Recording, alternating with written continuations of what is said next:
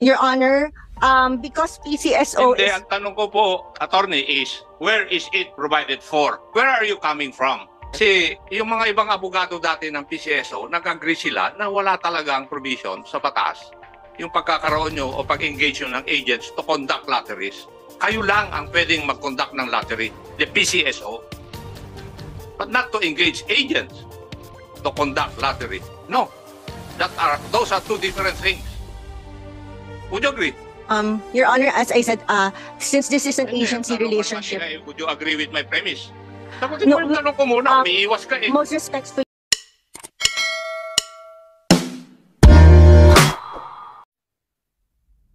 GM Robles, your charter is known as Republic Act number 1169, right? Yes, Your Honor. Yes. Kailan po na-approve ito?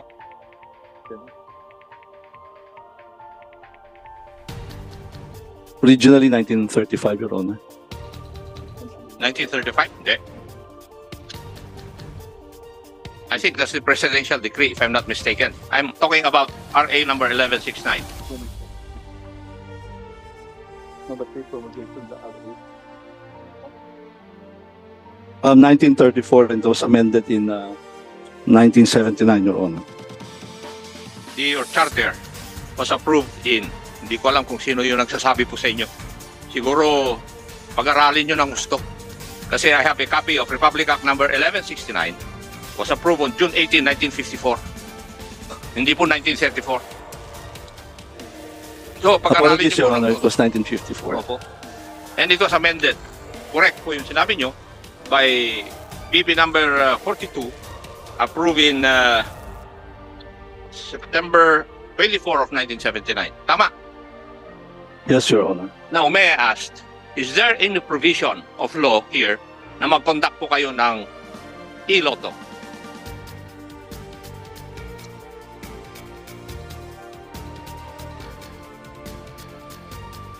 Your Honor, there is none because our e-lotto as we have now is a betting platform. It is not a game. If that is your answer, GM, what is your legal basis in conducting such? Ano po ang legal basis ninyo? Bakit kayo nag-operate nito? Your Honor, our mandate is to raise funds for charity, and this is one of the modes or the activities that we do for increasing our revenues. Tama po, kasi under Section 1, Paragraph A, you are supposed to conduct lotteries. Tama po. Yes, Your Honor. Now, dito po sa provision lahat ng batas na ito, Republic Act number 1169 at saka BP Batasang Pambansa number 42, is there any provision? Meron po bang provision dito na pwede kayong magkaroon ng agents?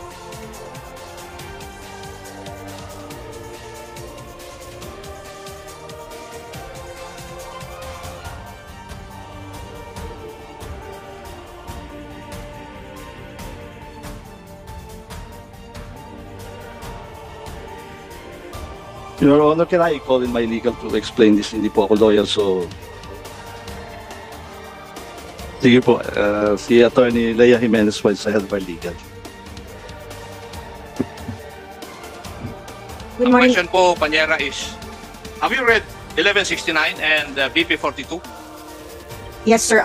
Good morning, Mr. Chair po. Yes, I have read the Republic Act 1169 as well as the amendments to the Republic Act Yes. 1169. Is there any provision there in the two laws cited na pwede po kayong magkaroon ng mga agents in order for you to operate lotteries? Sir, I would... Yes or no? Yes, Nabasa mo, yes sabi po, mo eh. yes po, sir. Although I have... Saan pong provision po yun? Sir, it is part of the corporate power of PCSO as a corporation. Saan nga po yung provision na yun? You're a lawyer, Panyera. Okay. If I may po, there is no express provision that There PCSO... is no express provision. Where is it provided for? Your Honor, because PCSO Hindi, is... ang tanong ko po, attorney, is where is it provided for? Where are you coming from? Okay po. It is provided po, provided, sir, in Section 1, in the first paragraph of Section 1.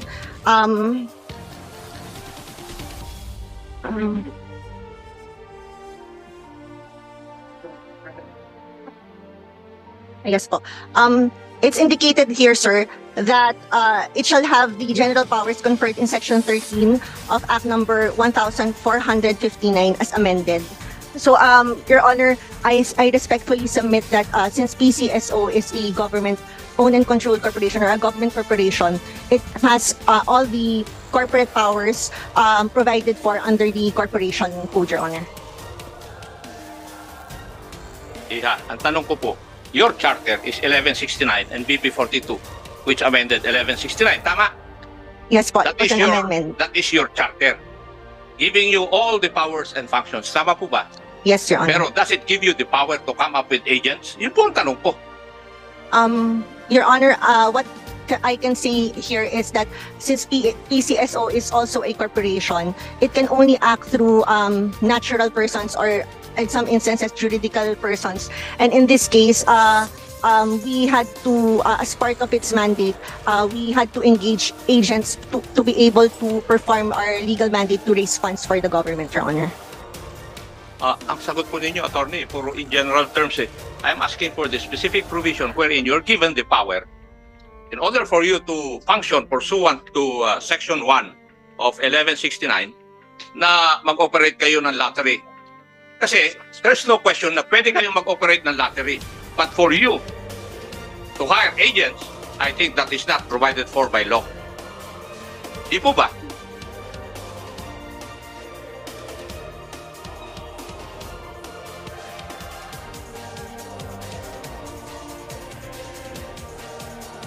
Attorney, Your can you Honor, reply on that? Your Honor, please. may I refer you to Section 9 of RA 1169. Section 9B provides that consistent with the purposes of this act, to determine and approve the most effective organizational framework for the office and its staffing pattern, to fix the salaries and determine the reasonable allowances, bonuses, and other incentives of its officers and employees as may be recommended by the General Manager.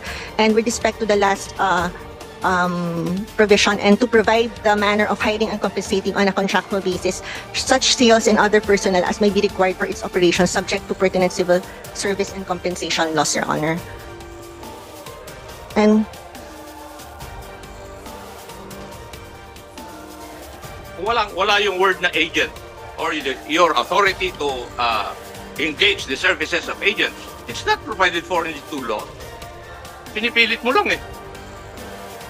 Your Honor, that is the position of PCSO that we can engage agents under our based on our charter and as I agree. In your opinion, Madam Chair, but that is only your opinion. Insofar as the provisions of law are concerned, wala naman po nakalagay eh. Di po ba? You, as a lawyer, should know that. Tama? As I said earlier, there is no express provision in Republic Act 1169. Yes. You provided it in your 2020 IRR. Or you don't know that? If Your Honor is indicating, is referring to section, to the 2020 STLR RIRR, it provides the procedure on how PCSO will operate a small town lottery, and this includes the engagement of agents of PCSO to assist PCSO in its collection of STL bets, Your Honor. Kasi Iha, you were not with PCSO before, right? Kasi iba yung lawyer na nakakaharap namin nung mga previous hearings dito in the previous congresses. Tama?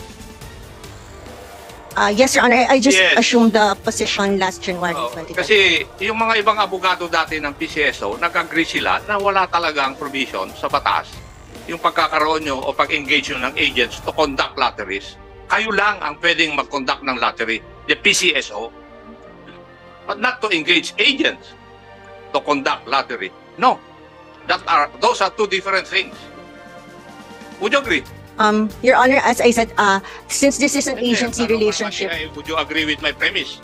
Sagutin mo yung tanong ko muna, umiiwas ka eh. Most respectfully, Your Honor, I do not agree with your premise that PCSO cannot engage agents because under agency relationship, the agent is acting beyond, within the scope of authority of the principal. And then what is your authority, Madam Attorney, na mag-hire kayo ng agents?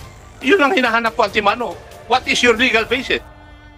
Yes, Your Honor. I would respectfully submit the position that under the Republic Act 1169 and even the agency relationship, the Corporation Code, PCSO as a juridical entity can engage agents and can exercise the powers that are granted to a corporation or a juridical person, Your Honor.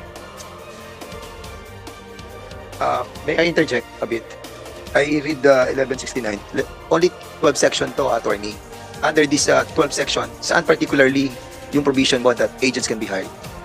As Mr. Chair, as I mentioned earlier po to Mr. Vice Chair, there is no express provision that PCSO can contract agents. Okay, so kung walang express provision, so these agents cannot be hired by PCSO unless PCSO themselves can conduct that, will conduct that, ano? Yes, Your Honor. Because the premise of agency, Your Honor, is that the agents being engaged are acting within the authority of PCSO. It is an extension of PCSO that helps PCSO fulfill its mandate. So the basis of this agency agreement would be, again, the Republic Act Okay, 1169. pero still, dun sa premise po ng ating pong Vice Chairman, kahit balibaliktad mo yung 1169, wala yung agent doon. Am I correct? There is no express provision of agency. That's it. Okay, Congressman Acop. Thank you, Mr. Chair. Dahil yung sa previous Congress, when JM Robles was not still the manager, inamin nga nila na wala rin express provision and therefore, they cannot conduct their lottery, hiring or engaging the services of agents.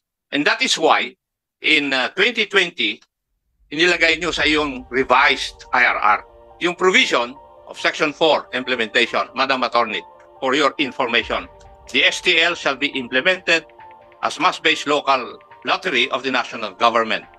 Underscored, the PCSO shall be allowed to engage authorized agent corporation to accomplish the objectives of the RIRR. Kinurek ninyo yung mali, pero mali pa rin yung pag-correct nyo. If you provide a provision of your IRR not included in the intent of the law, it is known as Ultra Vires Act, di ba, Attorney? Yes. Your Honor, Hindi, sagutin mo muna yung tanong ko. Hindi ba? If you provide in your IRR a provision that is not included in the provision or intent of the law, it is known as Ultra Vires Act?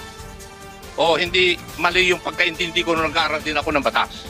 Your Honor, from what I understand, an Ultra Vires Act is where an entity acts beyond the authority given to such entity. Okay. In this case, I respectfully again submit that in addition to Republic Act 1169, there must be other laws that would have to be considered, and actions from the executive office to determine if the actions of PCSO may be considered beyond its authority. So in this case po, going to the 2020 STL-RIRR, Your Honor, this was issued pursuant to Section 10 of Republic Act 1169. And pursuant to Republic Act 1169, this was submitted before the Office of the President, and this was approved by the Office of the President. And after its publication and posting, it was only then that it became effective and applied by PCSO in its STL operations, Your Honor. We all know that. You know why, Madam Attorney? 2016 pa ito iniimbestigahan eh. I was then a congressman then. Inumpisa na natin itong problema na ito eh. Hanggang ngayon, ito pa rin ang problema. Yung authority ninyo. Kaya, I beg to disagree with you, with your opinion, Madam Attorney. Dahil, as I can see, there is no, as you have admitted, there is no express provision in the law which would give you that power. And you put it in your RIRR.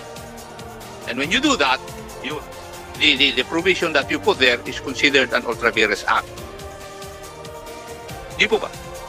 Be that as it may, para dun sa mga ibang magtatanong, I will go to another topic. Yung pong Madam Gabuyo, in the last hearing, ang sinabi po ninyo you have a total of 100 authorized agent corporations.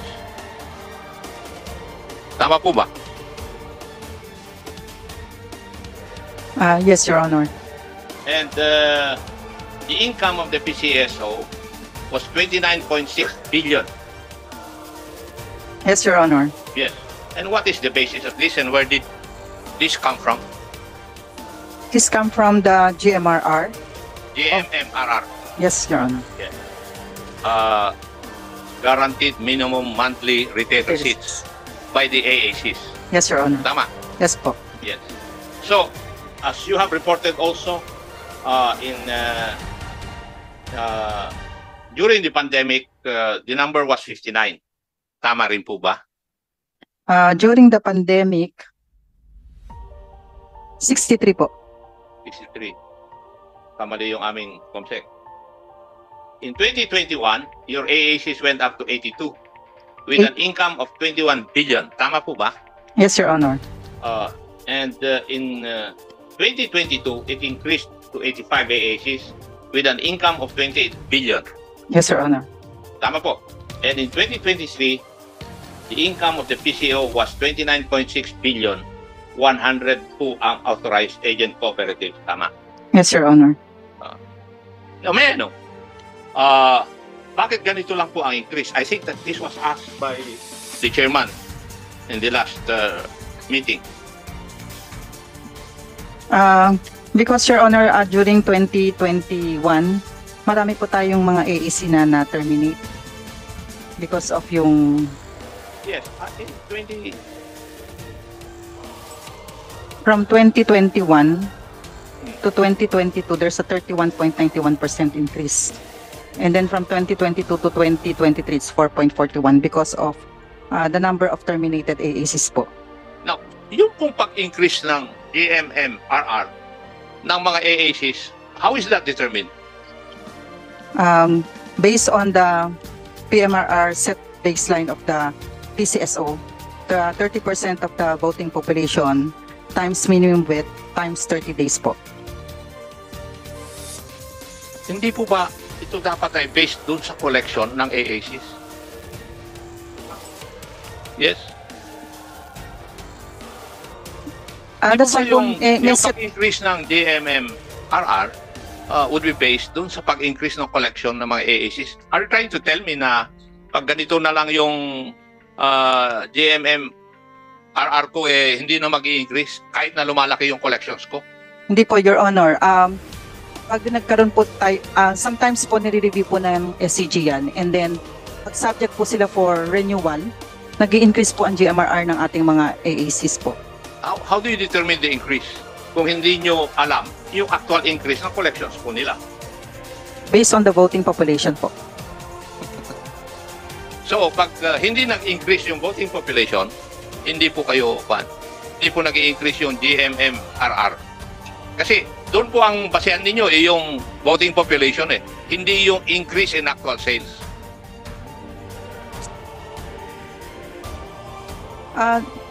Sometimes po yung minimum bet po ng corporation po, nag-i-increase din po. Hindi po yun ang katanungan ko kasi sa tingin ko kasi nalulugi ang gobyerno Malaki ang lugi ng gobyerno nito, Madam Gabuyo. Sa tingin ko dahil ang basihan lang ninyo is yung number of voting population. If I compare the number of voting population doon sa increase ng actual sales niya, kung baga sa voting addition, kung sa actual sales multiplication, yun po yung tingin ko rito. And therefore, the government is losing revenues. If your basis is the voting population, not the actual sales of the AACs. Ginagawa nyo yun dahil nahirapan kayong i-monitor yung actual sales nila. Yun na lang ang sabihin po ninyo. And I will accept that. Di po ba? You cannot monitor the actual sales of the different AACs. You do not have that capability. Hindi man lang nyo dinevelop since 2016 up to now. With the help of DICT, pwede naman gumawa ng application na pwedeng i-monitor yan Di po ba?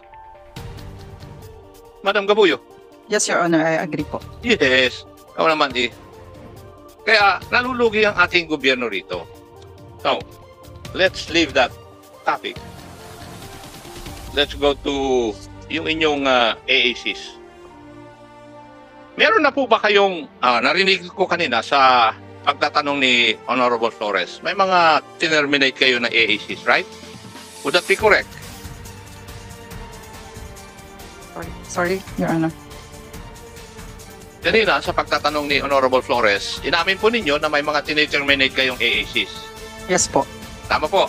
And ang basis po, hindi sumusunod sa patakaran ng PCSO. Tama? Yes po.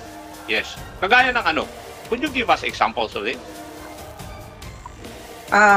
We have AACs that failed to remit their GMRR.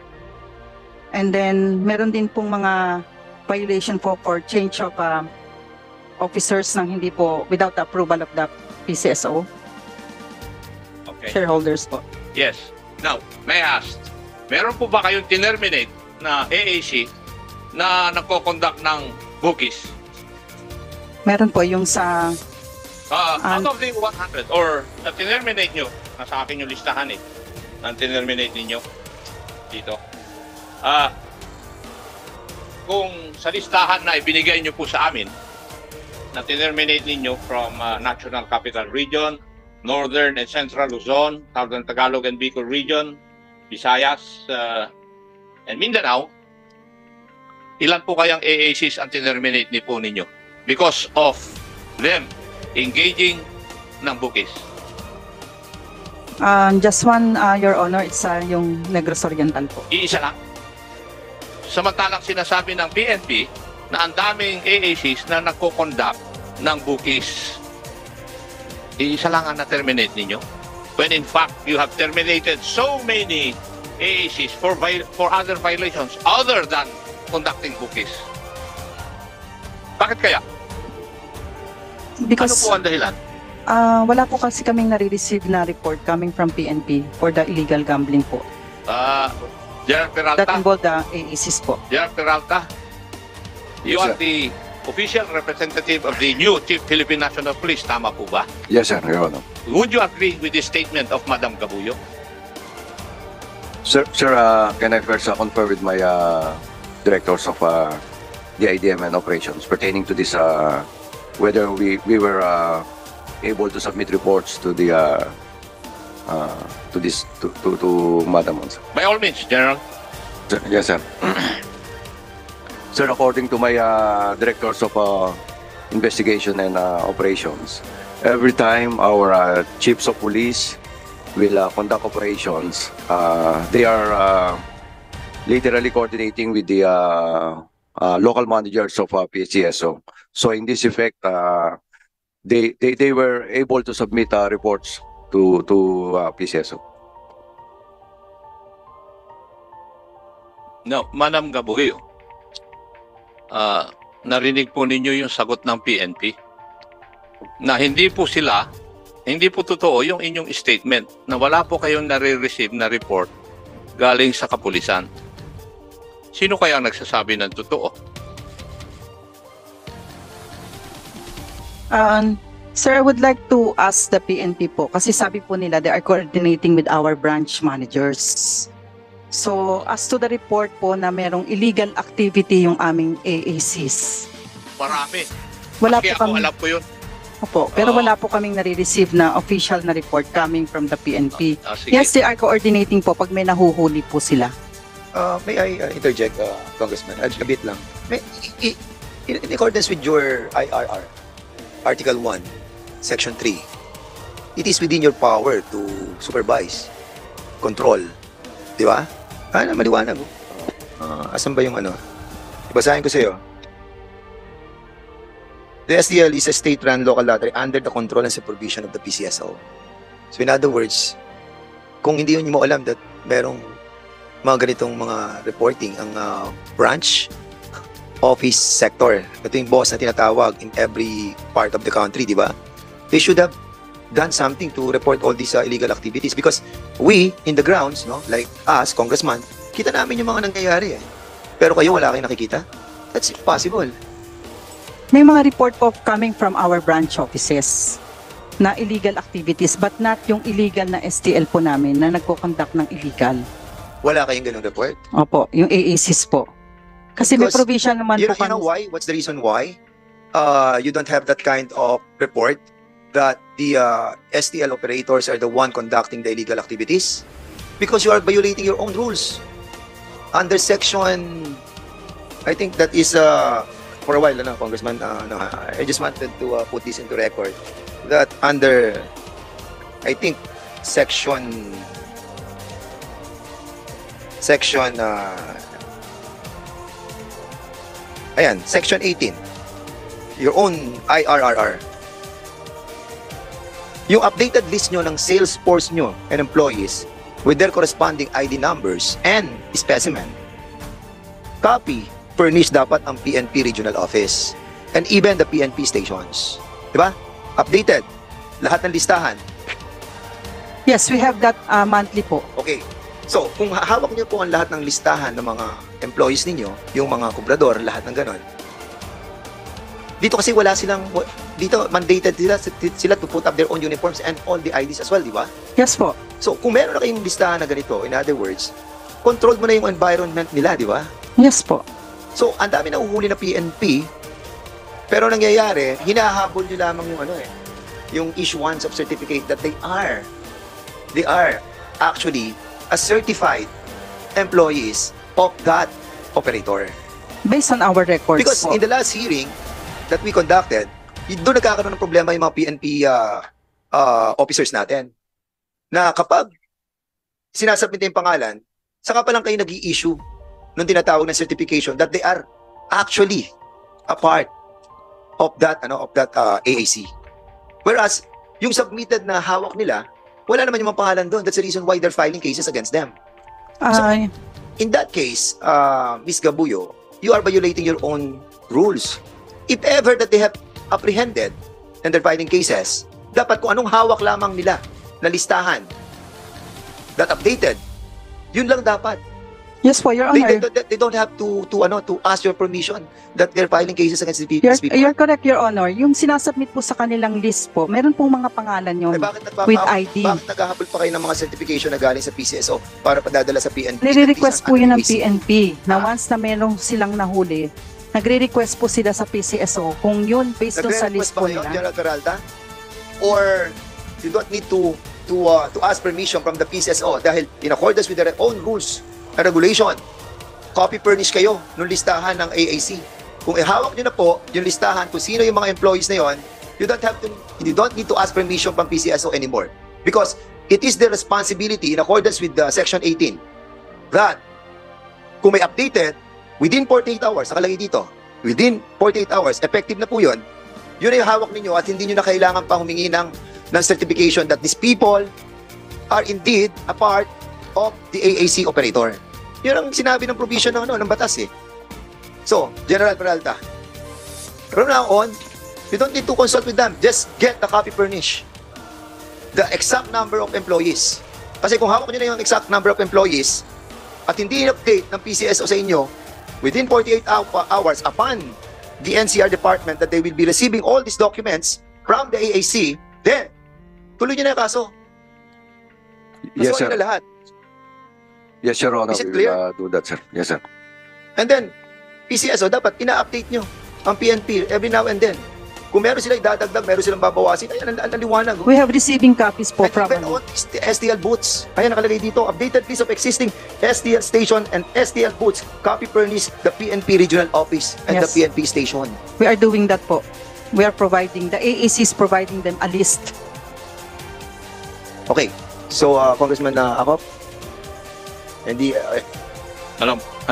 Mr. Chair, kaya kailangan yung certification para ma-acquit yung yung dinimanda ng pulis. Kasi kung may certification na membro sila o empleyado sila ng AAC, di-dismiss ng prosecutor yung kaso for bookies. Yun naman katotohanan and in that case, Congressman Acop, being a lawyer, if I may ask our good gentleman, if you have your own rules na sinasabi ng ganito, tapos kumuha sila ng authority coming from you, issuing a certification na sila ay that is in violation of your own rules. So ang tanong ko, Congressman, being a lawyer, anong responsibility ng PCSO dito? malaki dahil these AACs are their agents according to them. Oh. Di ba? Dapat kontrolado nila yung agents nila. They're their agents. Di po ba? Pero as it is, pinapasa nila yung responsibilidad na yon sa kapulisan. Kailangan pang mag-report ng pulis na itong AAC na ito ay nagko-conduct ng bookies para actionan nila. I think that is what I can see as insofar as the answers of Madam Gaboyo is concerned. Lastly, GM, can we kindly confirm, assure us that the final list of all these employees, the numbers of employees and what do you call that? The sales force of each and every operators in the whole country have to be submitted and given to the regional directors and the different PNP stations in the all over the country for us to find out and submit to us. Submit to this committee all those sales force and employees of every operators for us to find out na kung nag-file na ang mga PNP tapos nag-issue pa rin kayo ng certificate outside that that submitted copy sa regional offices and to this committee, then you are in violation of your own rules. Can we have a commitment Yes, Your Honor. In fact, as a matter of procedure, every month po nagsasubmit. sa regional Updated office? po yan sa PNP. Nagsasubmit po kami. Bakit pa kayo humihingi? General Peralta, nagsasubmit pala sila GM. Ba't humihingi pa kayo ng authority na certification that these people are really under the wings of this AAC?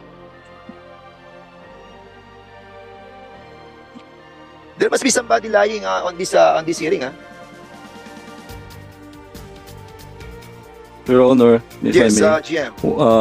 I think we have been doing writing always to Chief PNP, the regional director, provincial director. Whenever meron pong complaints from AAC of illegal gambling, immediately po we write even the Chief PNP, the regional director. That's on record po. We can furnish you all our communication na ginagawa namin if there are reports po of illegal gambling.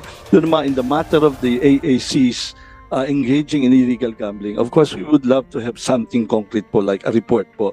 But we have not received po any report from the PNP regarding AAC engaging in illegal gambling. Okay, so I'm sure marami Yeah. pong balita, but we have to act on something po eh. para maging magkaroon tayo ng transparency and kapraso na lang Congressman na ako. So, please give us the list ng lahat ng mga sales force nila. Kasi within that sales force, at outside yung mga tao na nakalagay doon, then the PNP can file a case against them.